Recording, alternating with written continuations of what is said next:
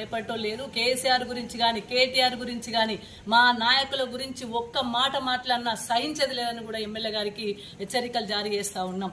ఇది ఒక ప్రజాస్వామ్యంలో మీరు మాట్లాడేటానికి హక్కు ఉన్నప్పుడు మాకు కూడా మాట్లాడే హక్కు ఉంటుంది. మీరు మాట్లాడడం తగ్గించండి, మీరు మాట్లాడడం మర్యాదగా మాట్లాడండి.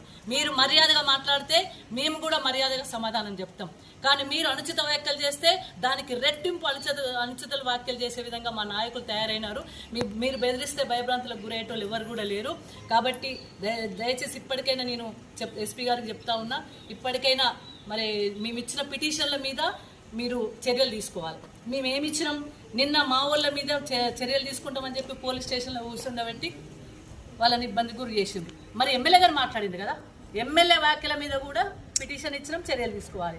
ఫస్ట్ ఎమ్మెల్యే మీద చర్యలు తీసుకోండి, మా వాళ్ళ మీద చర్యలు తీసుకోండి. కానీ ఫస్ట్ ఎమ్మెల్యే గారు మాట్లాడితే దాన్ని కౌంటర్ ఇస్తే కూడా చర్యలు తీసుకుంటా అంటే ఇక్కడ ఊరుకునేది కూడా ఎవరు లేరు.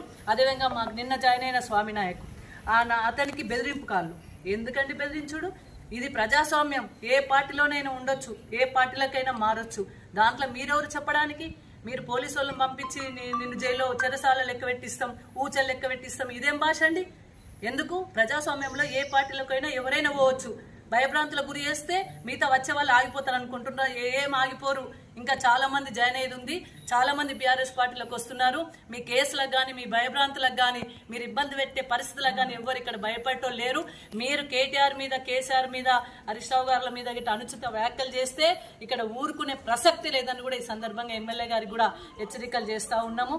భయపడే ప్రసక్తి లేదని కూడా చెప్తున్నాం. ఎస్పీ గారు కూడా చెప్పినాం మేము మర్యాదగా, ఎందుకంటే ఎస్పీ గారి మీద లేకుంటే ఈ చట్టం మీద ఈ న్యాయం మీద నమ్మకం ఉంది కాబట్టి ఒక పిటిషన్ ఇచ్చి మేము ఇప్పుడు వెళ్తున్నాము.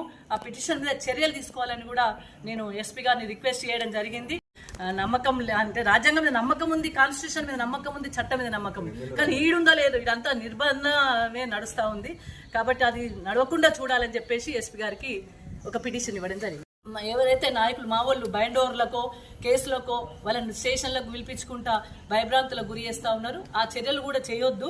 ఎందుకంటే ఎమ్మెల్యే గారి మీద మాట్లాడింది కాబట్టి ఎమ్మెల్యే గారి మీద ఆ మాటల మీద చర్య తీసుకోండి. తర్వాత మా వాళ్ళ మీద ఎవరైనా చేస్తే కూడా వాళ్ళ మీద చర్యలు తీసుకోండి. కానీ ఒక్కదిక్కే చర్యలు తీసుకుంటా అంటే మరి మంచి పద్ధతి కాదని కూడా ఎస్పీ గారికి రిక్వెస్ట్ చేయడం జరిగింది.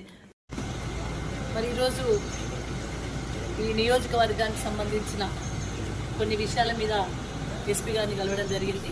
ముఖ్యంగా ఏదైతే ఇక్కడ ఒక నిర్బంధ వ్యవస్థ అంటే బీఆర్ఎస్ కార్యకర్తలను ఏ విధంగానైనా సరే భయభ్రాంతులకు గురి చేయాలి, వాళ్ళను ఆగమాగం చేయాలి, వాళ్ళ పార్టీ